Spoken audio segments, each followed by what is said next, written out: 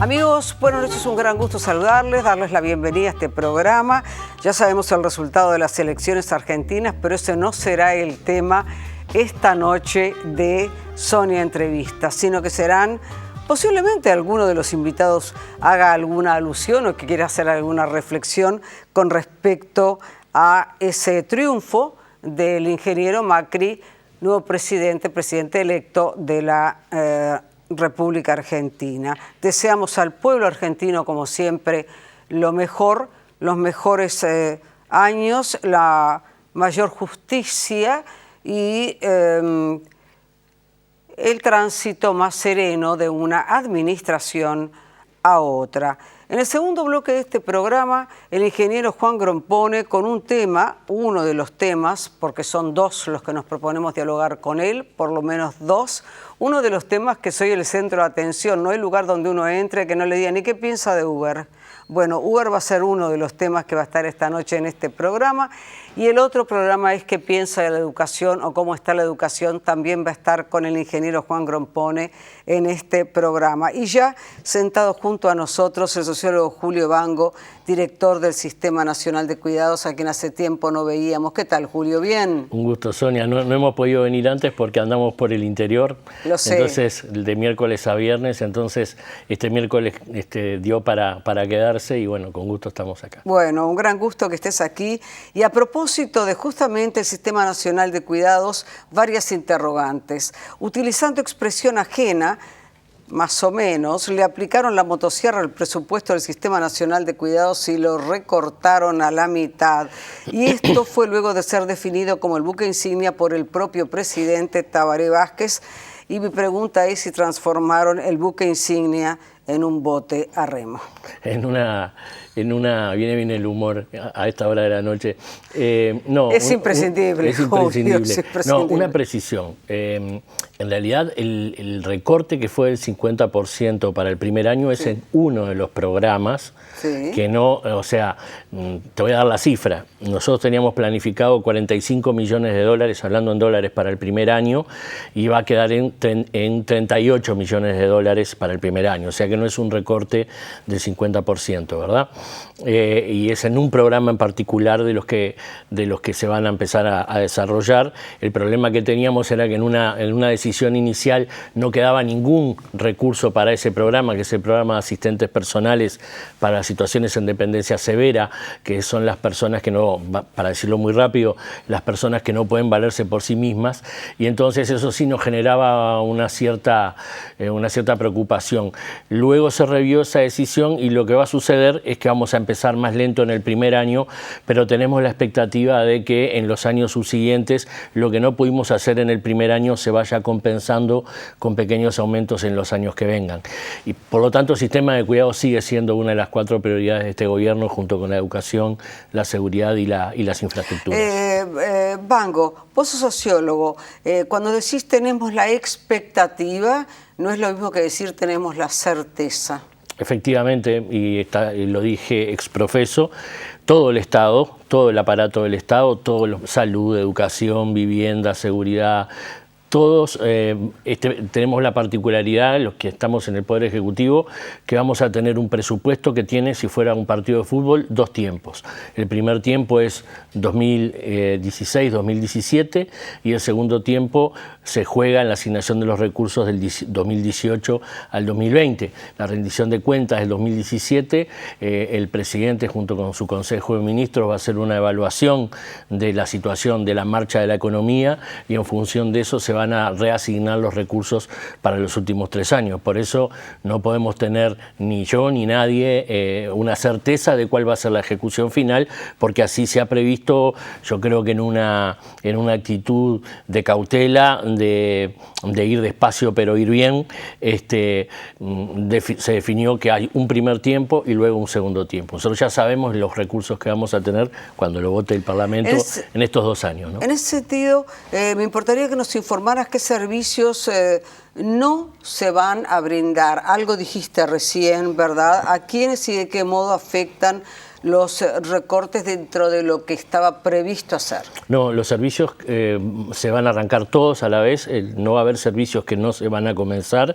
Lo que hay uno, que es el programa Asistentes Personales, que consiste en lo siguiente. Vamos a poner un ejemplo para la población. Ahí está, supongamos una señora que tiene 85 años y que tiene por el achaque de los años un desgaste importante, que empieza a tener dificultades para valerse por sí misma, para realizar algunas tareas básicas de su vida diaria: comer, levantarse, vestirse, acostarse, salir de la casa, bañarse, ¿no? Entonces esa persona va a tener el derecho, y tiene el derecho hoy, a reclamar un asistente personal desde el jueves pasado, desde que tenemos ley de cuidados y Sistema Nacional de Cuidados votado por casi todos los partidos, salvo la Unidad Popular.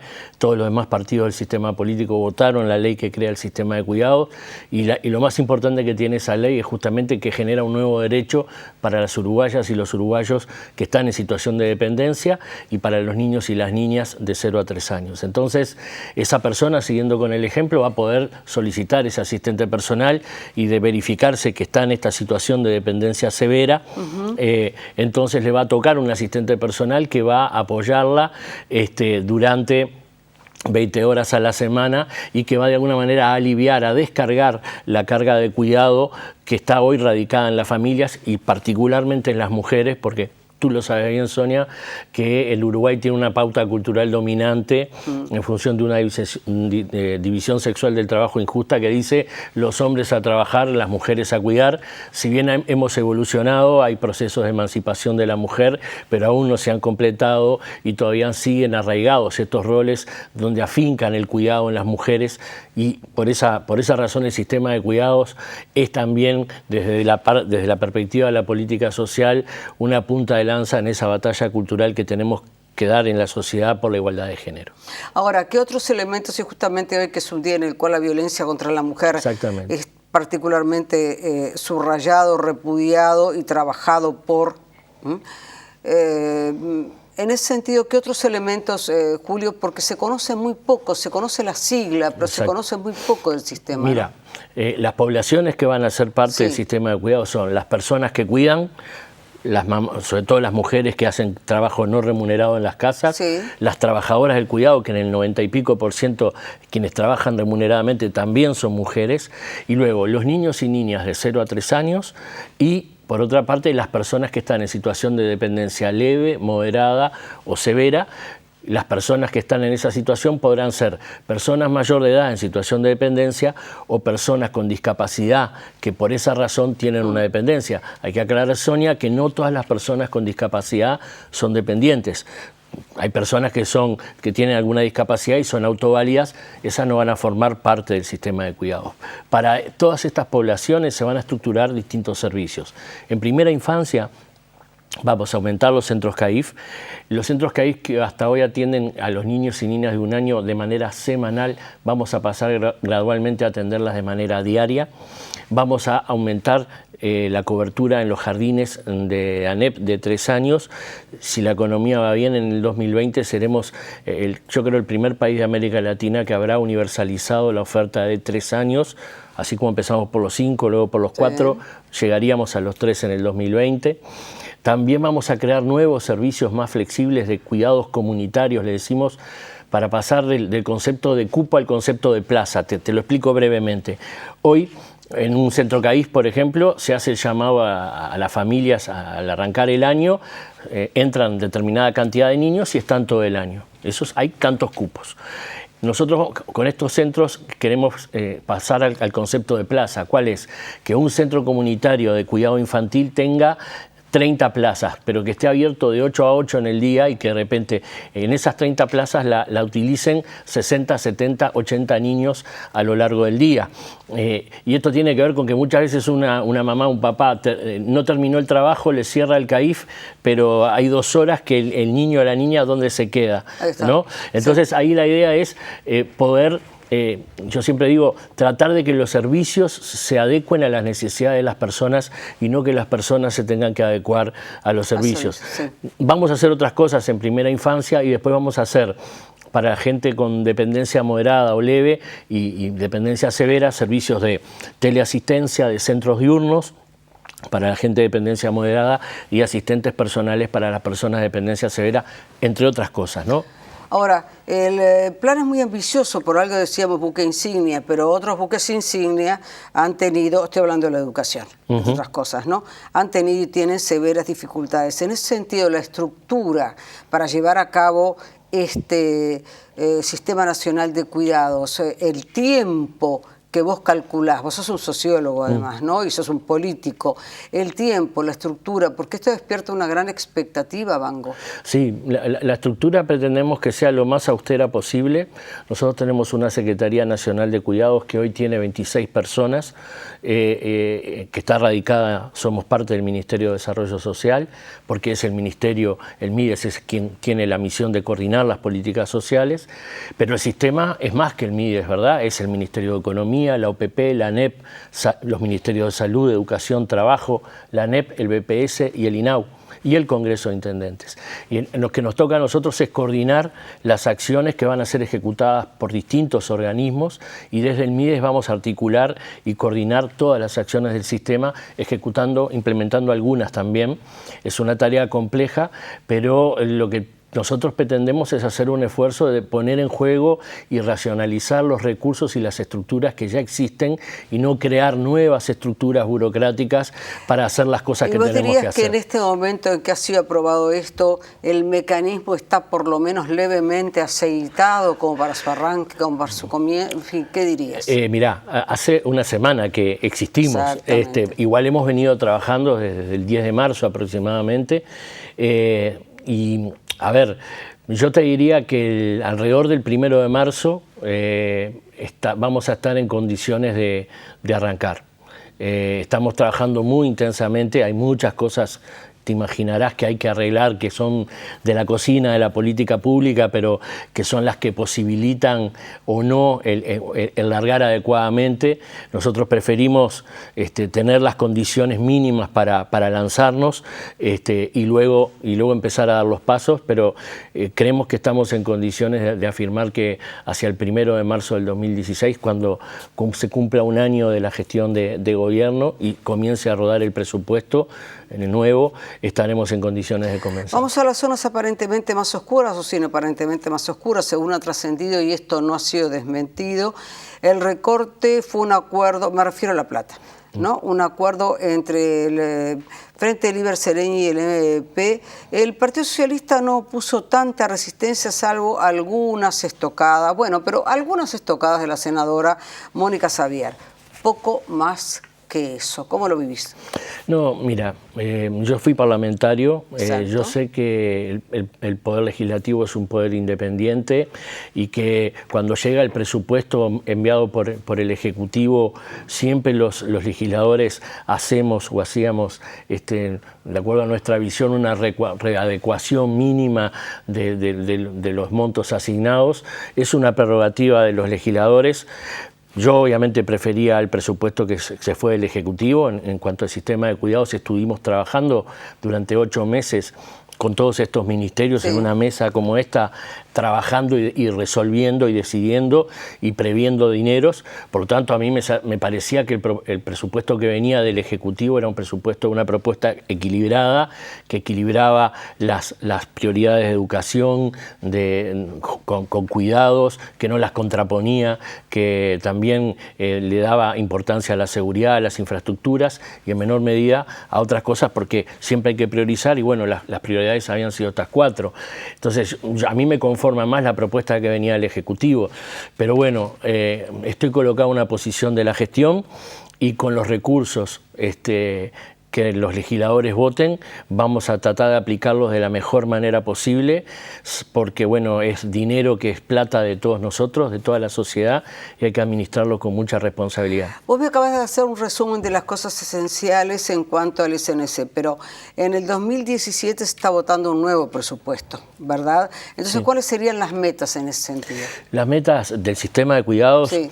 Mira, si nosotros todo va bien como pensamos que va a ir en el 2017, nosotros vamos a intentar en primera infancia, en estos casi 30 años de políticas de primera infancia, hemos logrado con el esfuerzo de sucesivos gobiernos, desde la vuelta de la democracia para aquí, hemos logrado cubrir al 47% de todos los niños y niñas de 0 a 3 años. Si nosotros logramos llegar a las metas, en 2020 estaremos pasando del 47 al 64% de la cobertura de niños y niñas de 0 a 3 años, que incluye particularmente alrededor del 100% de los niños y niñas de 3 y el 77% de los niños de 2. Si va bien la economía y podemos llegar adelante con las metas, estaremos llegándole al 60% de la población con dependencia severa. Y eso te diría que son los números más importantes. Después hay objetivos de regulación que impactan, una correcta regulación impacta sobre miles de personas, por ejemplo, en lo que tiene que ver con las residenciales de larga estadía, o la política de formación de recursos humanos de las personas que cuidan, va a elevar, va a dignificar la condición de los trabajadores del cuidado, la va a profesionalizar, la va a certificar por la vía del sistema educativo formal, y eso representa un crecimiento también en la calidad, porque no todo se mide con cantidad de personas, sino también con la calidad de los servicios que vamos a brindar, que es tan importante como brindar el servicio mismo, ¿verdad? Ahora, Banco, tal como dijiste, vos fuiste diputado, el Frente Amplio de Fuerza de Gobierno ha ido perdiendo votos en las sucesivas elecciones. Si se administra bien este sistema, este buque insignia, va a tener un impacto indudablemente muy positivo en la ciudadanía.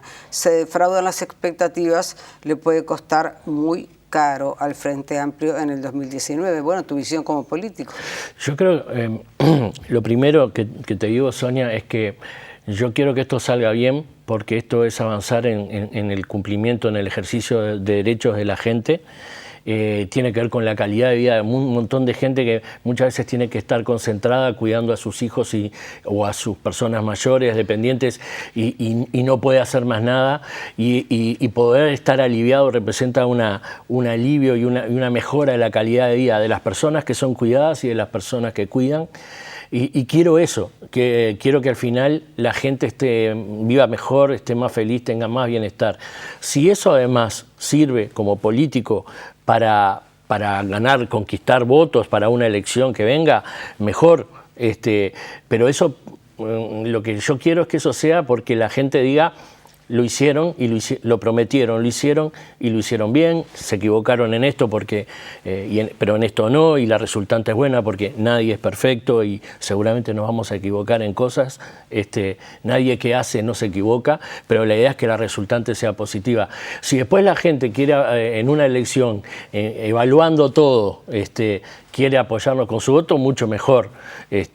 Para eso estamos en esto, pero lo primero es que la gente pueda vivir mejor y tenga más derechos. Ahora, finalmente, como político también, integrante además del Poder Ejecutivo, la semana pasada estuvo en este programa el doctor Botinelli analizando los guarismos, algunos de los guarismos que marcan, son muy bajos de aceptación, en el caso del doctor Tabaré Vázquez, ¿no?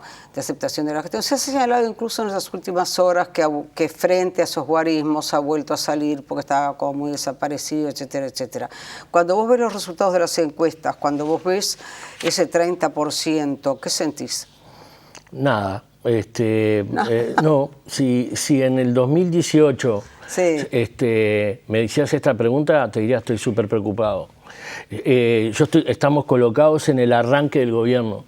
Entonces, más allá de que sería mejor que tuviera el 70%, nosotros capaz que nos hemos acostumbrado a que Tabaré Vázquez siempre anda por el umbral, por arriba del 50% de aprobación.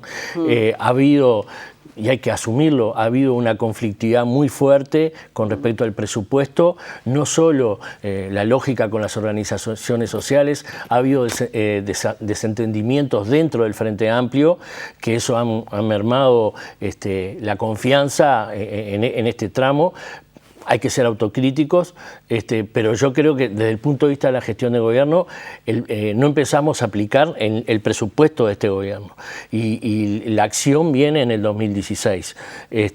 Todo lo que ha habido este año es la discusión presupuestal, la preparación de la acción para el año que viene y comenzar a hacer cosas, obviamente, pero el fuerte de la acción empieza en el 2016 y es ahí donde vamos a tener la posibilidad, y los uruguayos van a tener la posibilidad de evaluar la gestión del presidente y de todo el gobierno. Entonces me parece que tenemos tiempo como para mostrar, para ejecutar y bueno, para merecer la confianza de la gente, si es que lo hacemos bien. Si, como todo en la vida, si no lo haces bien, la gente va a mirar para otro lado. Te agradezco mucho que hayas estado. Muchas gracias a ti, Sonia. En algunos instantes, amigos, estaremos dialogando con el ingeniero Juan Grompone. A propósito, ¿a vos también te pasa, Julio, te ha pasado también que te dicen, ¿y qué piensa de Uber? ¿Y qué piensa de Uber? ¿Es así o no? Sí, claro, en todos lados. Está todo el mundo, por todos lados, exactamente. Bueno, está arriba de la mesa el tema. Está arriba de la mesa el tema. En algunos instantes con Juan Grompone, uno de los temas es justamente este.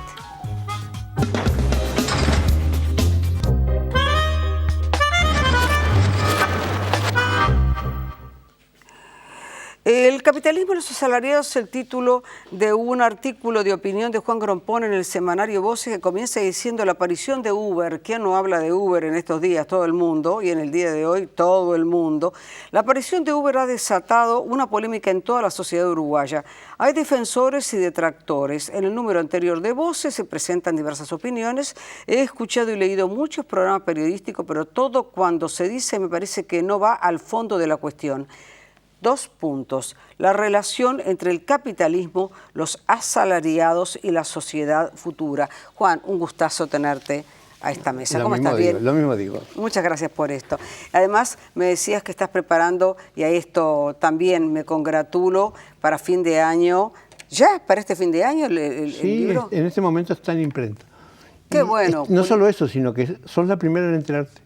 Fantástico. Entonces, la primera en decirlo, ¿los cuentos policiales? Cuentos policiales, sí. Qué fantástico. ¿Cómo se llama el libro? Se llama El Incidente Malvinas y otros cuentos y otros casos. Ahí está. Tenemos el libro entonces para los próximos días. El artículo fue trending topic con un razonamiento lúcido.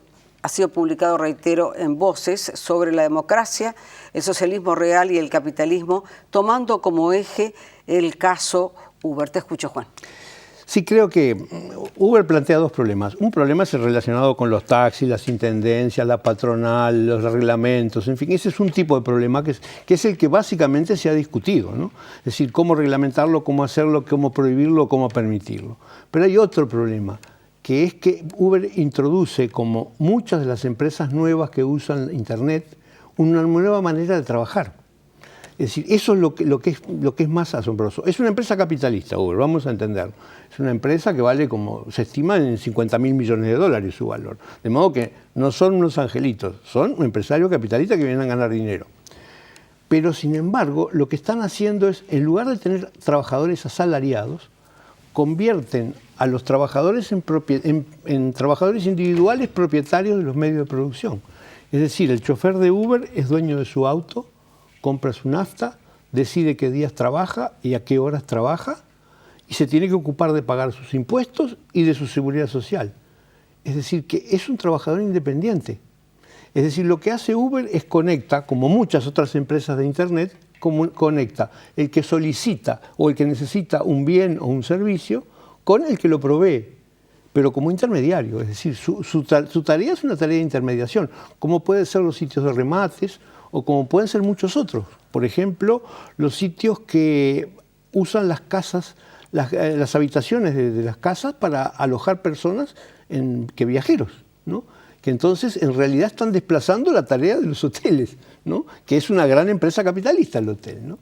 Entonces, lo interesante para mí es que lo que está ocurriendo en el mundo de los medios electrónicos es una nueva introducirse nuevas maneras de trabajar que desplazan al trabajador asalariado. Y esto es lo que provoca un gran desconcierto. Desde los sindicatos que no saben qué hacer porque están pensados para trabajadores asalariados, hasta los patrones, las leyes y los reglamentos. Además, Uber es una empresa virtual, es una empresa que no tiene residencia en ningún país. ¿Dónde tributa impuestos? ¿Cómo tributa impuestos? Es decir, es rarísimo. Ahora, lo que vos señalas es lo siguiente, 50.000 millones no es moco de pavo. No, es una empresa muy grande. Es una empresa muy grande. Como tal, ha funcionado. Sí, funciona. Funciona. Y como tal, ha resuelto, y cómo lo ha hecho en otros lugares, estos temas. Porque lo primero que leía yo hoy, justamente en los diarios, es a partir de hoy 29.000 pesos tiene que pagar cada auto que sea identificado como tal cosa, en consecuencia, pero Uber se hace cargo de esto para que pueda seguir el sistema, etcétera, etcétera, etcétera. Otras preguntas, pero ¿y cómo se identifica cuál es el auto? Entonces, mi pregunta es, ¿cómo estos temas que vos estás planteando, este desconcierto que vos estás planteando, acá, por lo menos acá, ¿cómo se ha solucionado en otras partes? Básicamente hay dos soluciones. Lugares que lo prohíben tajantemente porque no lo saben solucionar, y lugares que lo permiten, pero que en definitiva la empresa no es una empresa nueva que todavía no se sabe cómo ponerle impuestos, por ejemplo, ¿no? Es decir, no está resuelto cómo a una multinacional virtual se le ponen impuestos y dónde se pagan esos impuestos, por ejemplo. Es un problema que no está resuelto en el mundo porque digamos, una de las consecuencias de Internet que tomó de sorpresa a todas las legislaciones, ¿no? Así que, ¿cómo se pone? Ahora, vos decías recién, por ejemplo, bueno, tenemos el caso de la gente que da una casa, una habitación para alojar a alguien. Bueno, iría en contra de un hotel. Claro. ¿Verdad?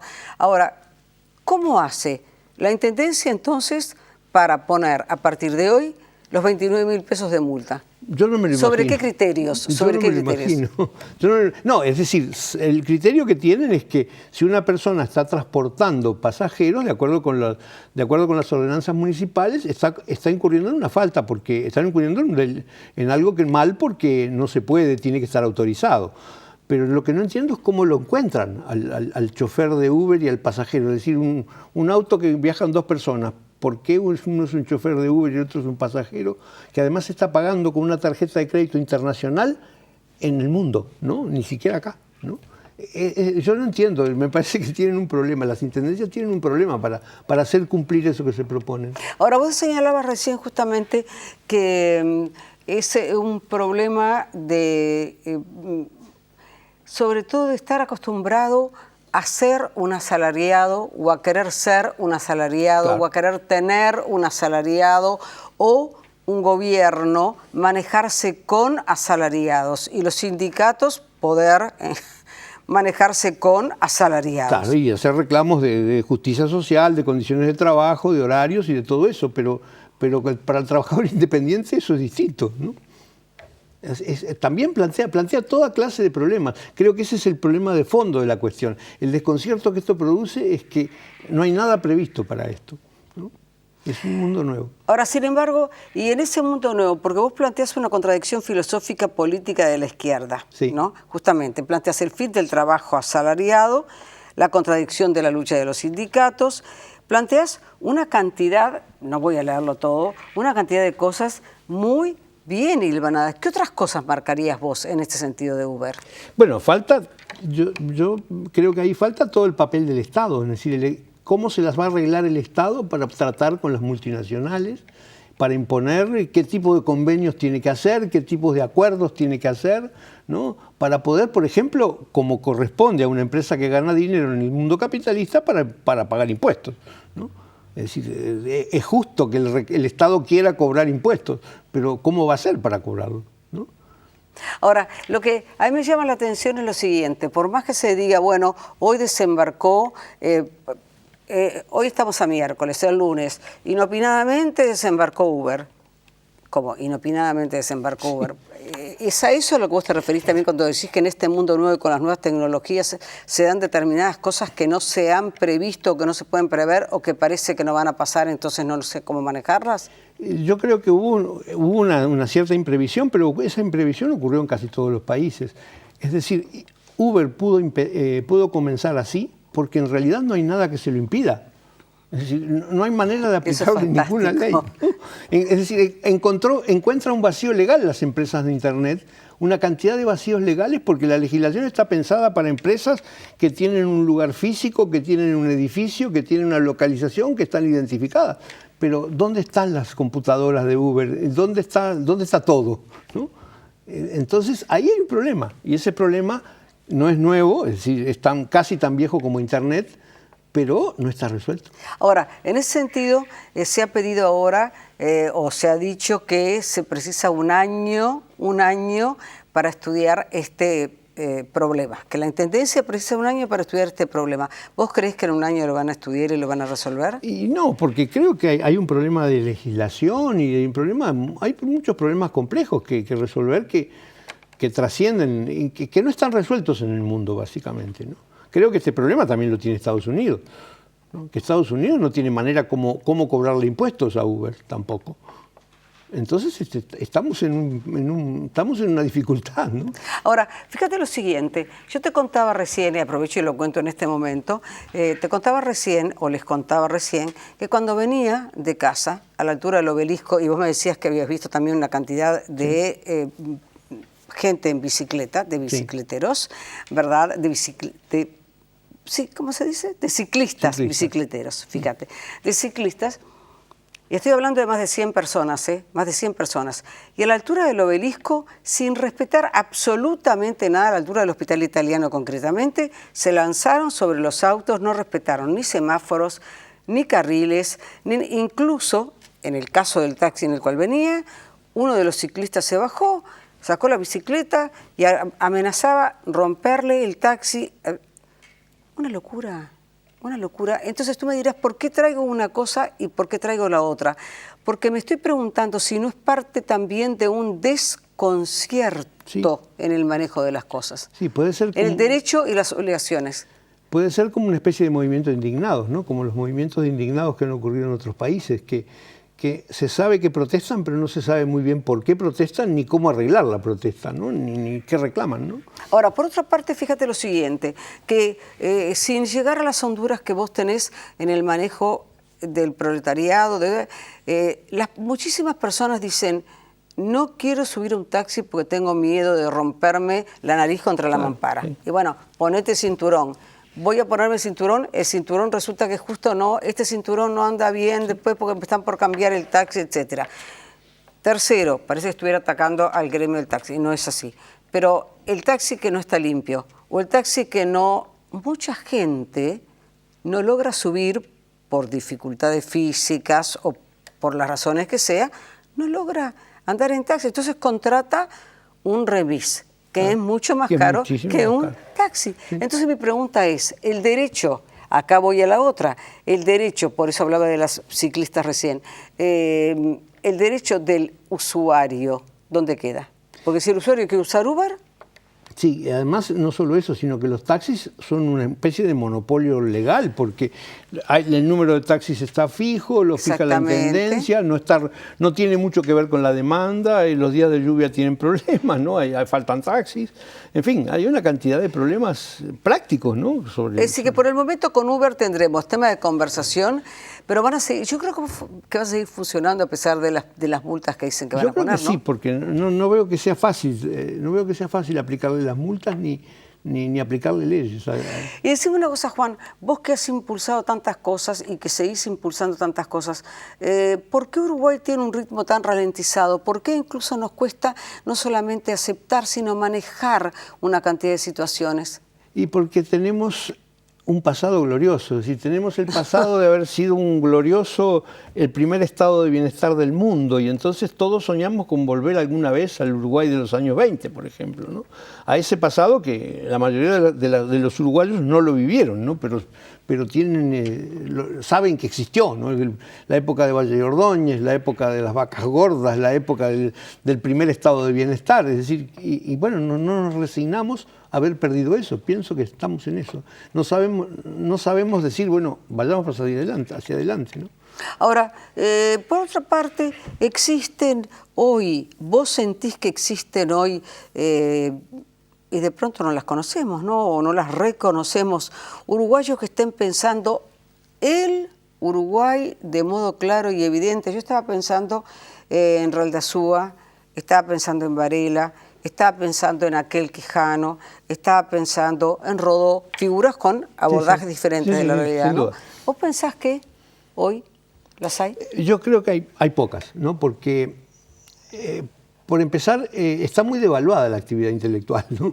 La actividad intelectual está devaluada y entonces yo qué sé, no ocurre eso, ni tampoco hay caminos para expresarse. A mí me gusta Voces porque es un diario, sí, es un semanario muy plural, ¿no? Originalmente era un semanario frentista, ahora es un semanario muy plural. Sí. Y su director es una persona muy encantadora, ¿no? Y muy amable, de modo que recibe con gusto todo tipo de opiniones, ¿no? Inclusive yo se lo mandé y le digo, ¿te animás a publicar esto? Y dice, va a armar lío. Me dice, no, va a armar lío, esto va a ser revuelo. Bueno, la prueba fue tremendo. Sí. Ahora, en ese sentido, y por eso yo decía que quería llegar contigo también a un tema que hace tantos años nos fue uniendo en conversaciones, ¿no? Las nuevas generaciones no quieren ir al liceo. Yo leía hoy en alguna parte, ya no me acuerdo dónde, porque viste que, ¿no? Pero si esto es un problema en el mundo, ahora, ¿y esa es una respuesta? Yo creo que el problema en el mundo es porque no se ha actualizado la educación, es decir, el siglo XXI necesita una nueva educación. A ver. Porque vivimos en un mundo en que tenemos cosas como Internet, el acceso a la información es muy sencillo. Yo puedo comprar cualquier libro. Hoy me compré un libro de Bertrand Russell de principios de siglo. Lo compré y me va a llegar dentro de 2 semanas acá. Todos los libros se pueden comprar, casi toda la información está disponible. Entonces la educación está ofreciendo una cosa muy vieja, una cosa del siglo XX, no del siglo XXI. Me parece que ese es el problema que tenemos, ¿no? Y mucho más con lo que los niños del Plan Ceibal, los jóvenes del Plan Ceibal están entrando a la universidad, ¿no? Los que lleguen o los que accedan están entrando a la universidad y son personas que tuvieron computadora en buena parte de su periodo educativo. De modo que tenemos una de las inclusiones digitales más grandes del mundo. Las últimas encuestas del Grupo Radar nos muestran, ¿no? Es decir, estamos en las mejores condiciones para entrar al siglo XXI. Nos falta entrar. Ahora, bueno, vamos a ese nos falta entrar. Porque, por una parte, cuando Tabaré Vázquez asume su primera presidencia, la educación es un buque insignia. Pero la expresión de Mujica, educación, educación y más educación, te iba a decir, movió hasta las raíces de los árboles, pero era mezclar dos cosas, así que mejor los dejamos a cada uno por su lado. La pregunta es, en este estado, en este momento, estamos a fin de año, Juan, ¿cuántos días de clase hemos tenido? No me quiero detener en lo que parecen detalles pequeños, pero ¿cuántos días? Es decir, al final la educación no es también, te lo pregunto, al tiempo que, claro que lo creo, no es también la cotidianeidad, no es también ¿qué es la educación hoy? Porque yo, no sé, cuando veo tantos días de clase perdidos, me pregunto, ¿y ahora qué? ¿Para dónde agarramos? ¿Qué pasa? No es solo eso, por supuesto. Sí, yo creo que la educación tiene dos problemas. El primer problema es hacerla caminar, es decir, que los locales estén bien, que la distribución de los horarios estén bien, que los salarios sean adecuados, que los materiales de estudio sean adecuados. Eso, digamos, es hacerla funcionar de vuelta como funcionaba hace 50 años, digamos. Y el segundo problema es entrar al siglo XXI, ¿no? Bueno, ¿cómo entramos? Y bueno, al siglo XXI hay que entrar mirando qué es lo que se hace en el siglo XXI. Es decir, en el siglo XXI dominan las cosas, las actividades virtuales, ¿no? Es decir, es un ciclo de las cosas virtuales, es decir, de esas empresas que no tienen nada material, de esos servicios que son intangibles. Esas son las empresas más grandes del mundo. Es decir, las empresas como Uber o como Google son mucho más grandes que los fabricantes de automóviles, pero mucho más grandes. Los fabricantes de automóviles están en la cuerda floja, ¿no? Casi, por distintas razones. De modo que en realidad tenemos que dejar de pensar en la vieja fábrica y empezar a pensar en esa nueva manera de encarar el mundo y de producir bienes intangibles, ¿no? Ahora, y eso significa cultura, ¿eh? Bueno, cuando yo te decía, los muchachos no quieren ir al liceo, no sé si quieren ir a la escuela, pero al liceo en general no quieren ir. Los profesores, y te consta que, no quiere decir que va a ser el programa, pero que este programa han venido dirigentes sindicales, profesores, etcétera, etcétera, etcétera, y vienen continuamente. Tienen la formación, tienen los elementos, tienen las herramientas como para atraer a esos muchachos. El otro día estuvo acá Germán Rama y estaba furioso. Estaba furioso. Sí, bueno, siempre estuvo furioso, digamos las cosas. Pero yo también lo conozco, Germán. Lo conoces muy bien. Sí. Pero digamos que tuvo una capacidad. Puso el tema de la educación sobre la mesa. Sin duda. En aquel momento. Sin duda. ¿No? Entonces, la pregunta es, ¿cómo haces? ¿Cómo haces? Bueno, yo creo que hay algunas cosas que se pueden hacer de inmediato. Por ejemplo, creo que ya no es aceptable una educación media inflexible. Es decir, que todos estudien 12 materias, todas las mismas, es inaceptable. Yo diría, ¿por qué no decirle a los estudiantes, ustedes tienen 12 materias, elijan 6? ¿No? Elijan 6 y que esas las hagan con otro entusiasmo. Es decir, no disminuyo la cantidad de profesores, no disminuyo la carga horaria, no hago nada, pero dejo que la gente se vaya orientando a las materias que le interesan y a los profesores que le interesan, ¿no? Es decir, creo que tiene que ser flexible la educación. No vivimos en un mundo tan flexible. Internet es la flexibilidad, el mundo digital es la flexibilidad total. Entonces, ¿cómo vamos a tener un sistema como de cuartel para la educación? En que todos estudian lo mismo, empiezan lo mismo. Ese es el método que se inventó en la época de la fábrica. Es decir, se pensó la educación en el siglo XIX y el comienzo del siglo XX, diciendo, tenemos que fabricar personas educadas. ¿Cómo se fabrican? Hay que hacer una línea de montaje, entonces empezamos por el principio, los ponemos a todos iguales, van todos al mismo ritmo y salen todos preparados. Es la misma que pretenden formar personas educadas de la misma manera que se hacen autos. Y eso podía servir en la época en que la educación era para pocos, y que entonces esos pocos aceptaban ser educados así. Yo acepté ser educado así. Creo que tú también, ¿no? Apuntaste a ser educado. Pero los muchachos de ahora no lo aceptan más. En primer lugar porque se ha masificado y hay mucha más gente. Entonces hay mucha más diversidad y entonces hay mucha más gente que no le interesa la geografía, otros que no le interesa la matemática, otros que le interesan los deportes, otros que le interesa el arte. Dejen la flexibilidad. Hay que flexibilizar la educación. Creo que es el primer paso. Yo recuerdo que hace ya unos años, pero te estoy hablando de 4 o 5 años fácilmente, Gustavo de Armas señalaba que de seguir así, íbamos a estar a la cola de aquellos que en el mundo buscaban un espacio o un trabajo o un salario o como le quieras llamar. Mundo en crisis, etcétera, etcétera, etcétera. ¿Dónde estamos ahora, Juan? Y pensar, lo peor es que estuvimos en los primeros lugares del mundo en materia de educación. ¿Sí? Y ahora estamos, yo creo que en la mitad de abajo de la tabla estamos ahora, ¿no? Bueno, puede ser que estemos en la mitad de la tabla, pero estamos muy mal. No deberíamos estar ahí. Además, para un país pequeño, lo único que puede ofrecer es bienes culturales, como supo ofrecer en otra época, ¿no? Entonces, creo que es urgente. El problema de la educación es urgente desde el punto de vista de la existencia del país y de la existencia de la economía, ¿no? Ahora, más allá de las declaraciones que puedan hacer los jerarcas de turno, que siempre son jerarcas de turno, ¿verdad? Ya sean presidentes de la República, ministros de Educación o directores de tal o cual cosa, en fin, o presidentes del CODICEN o lo que sea. Más allá de todas esas cosas, uno se pregunta, pero estamos hoy bien esto que vos estás diciendo, y lo decís con propiedad y lo conocés y lo has estudiado y lo seguís. Esto que está viendo la persona cuyo hijo vuelve a la casa y que no tiene la disciplina, la pampa de granito, dirás al final, sí. ¿No? Pero, ¿cómo se sale? A esto es lo que yo me refiero, porque me da la impresión de que teóricamente vos lo decís con tanta claridad, pero yo cuando veo las acciones cotidianas, me da la sensación de que el año que viene vamos a estar en lo mismo. Capaz que estoy un poco... No, yo creo que sí, que vamos a estar en lo mismo, porque las medidas tienen que ser audaces, ¿no? Tienen que ser audaces.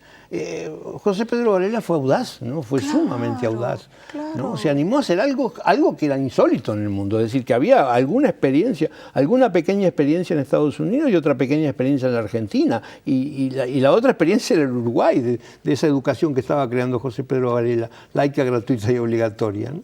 Hay que ser audaces, no se va a arreglar con pequeños cambios o con sutilezas. Hay que empezar fuerte, ¿no? ¿Y vos crees que en ese sentido, por eso los nombres que te decía, algunos de los cuales conocimos, yo me acordaba justamente de lo que eran las clases de Real de Azúa, por ejemplo, ¿no? De Real de Azúa, por ejemplo. ¿Vos crees que hay finalmente líderes? Porque la audacia también supone liderazgo. Y uno siente como que hay, yo sé que esto es ofensivo o que suena ofensivo, pero que hay como un vacío de liderazgo en materia educativa. Quizás me equivoque. Sí, pero esto yo creo que empieza por los sueldos, ¿no? Empieza por los sueldos. Es decir, yo tengo que conseguir la mejor gente. Real de Azúa o Bordoli o yo qué sé, o Macera o los profesores que existían en esa época, ganaban buenos sueldos, podían tener una vida decorosa, no tenían que estar corriendo de un lado a otro para dar clase y para poder simplemente sobrevivir. Es decir, tenían buenos sueldos, eran personas respetadas, respetables y se respetaban a sí mismos. Es decir, creo que empieza por eso, ¿no? Es decir, yo no puedo elegir por descarte a los profesores, tengo que elegirlos porque sea atractivo el trabajo, ¿no? Y además pienso... Y porque sea digno, ¿no? Y porque sea digno, ahí está. Yo tuve una madre maestra que empezó allá a los 18 años, creo que ella era más chica que los propios alumnos, 4 alumnos en el interior, profundo, como se dice ahora, ¿no? Pero recuerdo la dignidad y el respeto en ese proceso de carrera. Y creo que es a eso a que vos aludís, ¿no? Sí, claro. Que esto ya... Bueno, mi abuelo era director de escuela y se pudo hacer su casa y criar a sus 5 hijos. ¿Qué director puede hacer eso? ¿Qué director de escuela puede hacerlo eso hoy? Bueno, yo te diría que ninguno. Juan, ha sido un enorme gusto tenerte acá. El gusto también ha sido mío. Muchas gracias por esto. Señores, les deseo una buena semana. El miércoles nos reencontramos.